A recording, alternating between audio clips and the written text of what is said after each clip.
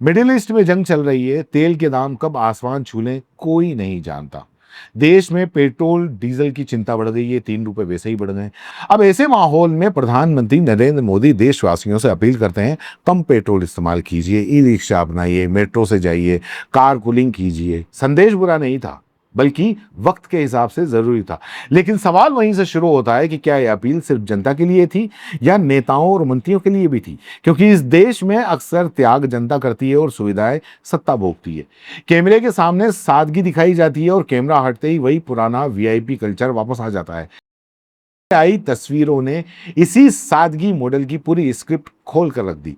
पटना से 3 मंत्री एक ही गाड़ी में बैठे हैं, कैमरे बुलाए गए, माइक सेट हुआ और फिर बयान आया, प्रधानमंत्री जी की अपील है इसलिए हम एक गाड़ी से जा रहे हैं। वाहवाही शुरू हुई, सोशल मीडिया पोस्ट तैयार हुआ, रील्स बन गई, कैप्शन भी शायद पहले से लिख लिया गया होगा, देखिए जनता के लिए मिसाल पेश करते मंत्री जी। लेकिन असली कहानी यहां खत्म नहीं हुई। जब वही मंत्री कार्यक्रम स्थल में पहुंचे तो तस्वीरें कुछ और कहानी कह रही थी, कुछ और कहानी सुना रही थी। तीनों मंत्रियों की अलग अलग गाड़ियां वहां पहले से मौजूद थी या बाद में आ गई।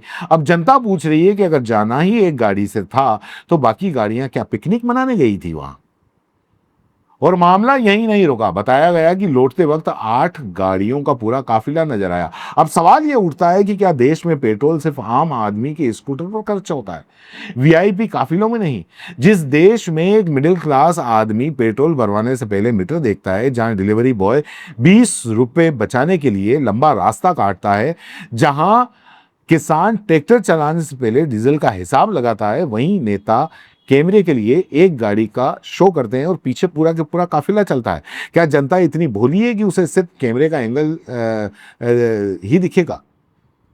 और सिर्फ बिहार नहीं, यूपी से भी ऐसी कई तस्वीरें सामने आई। जालौन के सदर विधायक गौरी शंकर वर्मा ई रिक्शा में बैठे नजर आए, वीडियो वायरल हुआ, लोग बोले वाह विधायक जी कितने जमीन से जुड़े हुए हैं। लेकिन फिर से कैमरे ने वही गलती कर दी जो शायद पीआर टीम नहीं चाहती थी।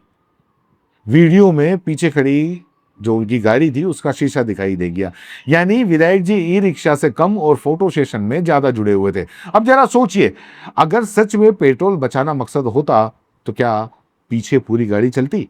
अगर जनता को संदेश देना होता तो क्या कैमरे के बिना भी यह सादगी दिखाई नहीं देती? असल में समस्या पेट्रोल बचाने की अपील नहीं की है, समस्या दिखावे की राजनीति की है। इस देश में नेताओं ने हर चीज को इवेंट बना दिया है। गरीब का इवेंट, सादगी का इवेंट, संवेदना का इवेंट और अब पेट्रोल बचाने का इवेंट। कैमरे के सामने रिक्शा, कैमरे के पीछे फॉर्च्यूनर।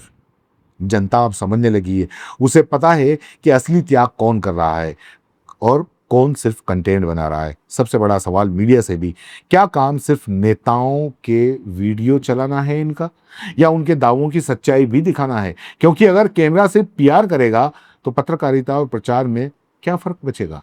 और आखिर में एक सवाल आपसे, क्या नेताओं को वही जिंदगी नहीं जीनी चाहिए जो वो जनता को सलाह देते हैं?